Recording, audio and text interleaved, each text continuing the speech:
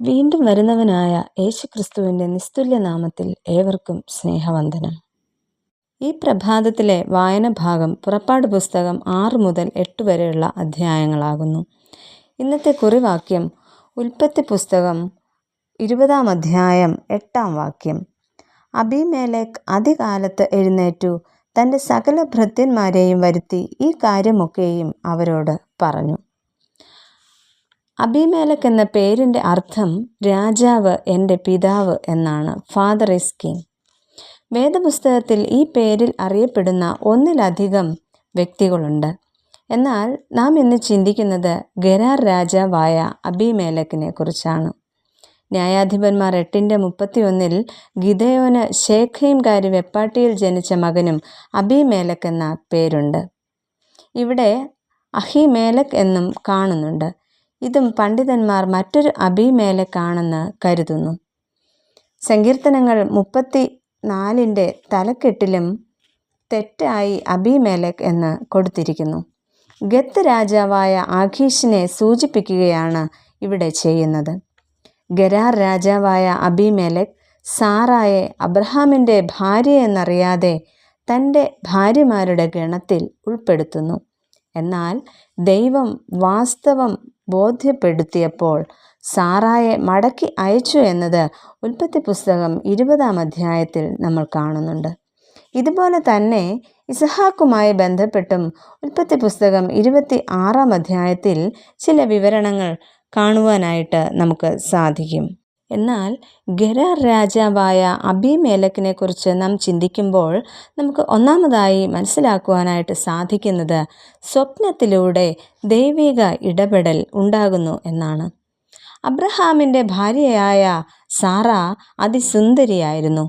ഉൽപ്പത്തി പുസ്തകം 20-ാം അധ്യായത്തിൽ അബ്രഹാം കുടുംബമായി കാദേശിനും സൂര്യനും മധ്യേ കുടിയിരുന്ന ഗെരാരിൽ പരദേശിയായി പാർക്കുന്നു. ഇവിടെയും അബ്രഹാം സാറായെ തൻ്റെ പെങ്ങൾ എന്നാണ് അഭിസംബോധന ചെയ്യുന്നത്. ഉൽപ്പത്തി പുസ്തകം 12:10 മുതലുള്ള വാക്യങ്ങളിലും മിസ്രയീമ്യരും ഫറവോനും ഇത്തരത്തിൽ തെറ്റിദ്ധരിക്കുന്നതായി കാണുന്നു.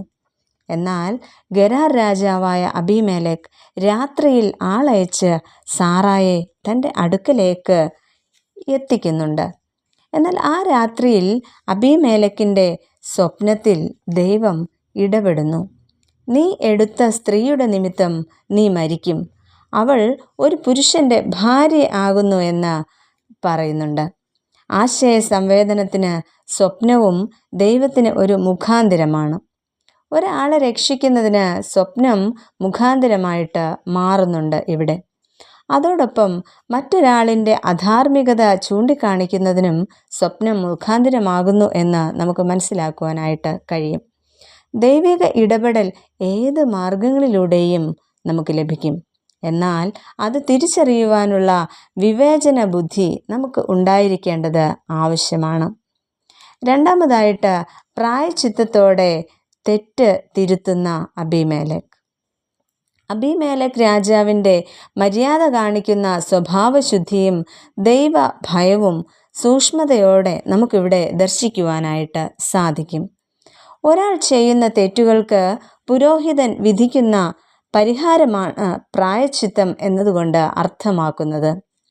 ഒരു ക്ഷതം പറ്റിയതിന് മതിയായ പാപപരിഹാര ക്രിയയാണ് പ്രായശ്ചിത്തം എന്ന് പറയുന്നത്. അത് വാക്കുകൊണ്ടോ വസ്തുകൊണ്ടോ ക്രിയയാലോ നിർവഹിക്കുവാൻ കഴിയുന്നതാണ്. തെറ്റു ചെയ്യുന്നതിന് മുമ്പുള്ള സ്ഥിതി പ്രാപിക്കുന്നതിന് പ്രായശ്ചിത്തം എന്ന ഒരു കാര്യം അനിവാര്യമാണ്. പാപക്ഷമയുടെ ഒരു മാർഗവുമാണ് പ്രായശ്ചിത്തം എന്ന് പറയുന്നത്. ഇവിടെ അബീമേലെക്ക് ചെയ്യുന്നത് തൻ്റെ ആടുമാടുകളെയും ദാസീദാസന്മാരെയും അബ്രഹാമിന് നൽകുന്നതായിട്ട് കാണാം. മാത്രമല്ല സാറായെ തിരികെ നൽകുന്നു.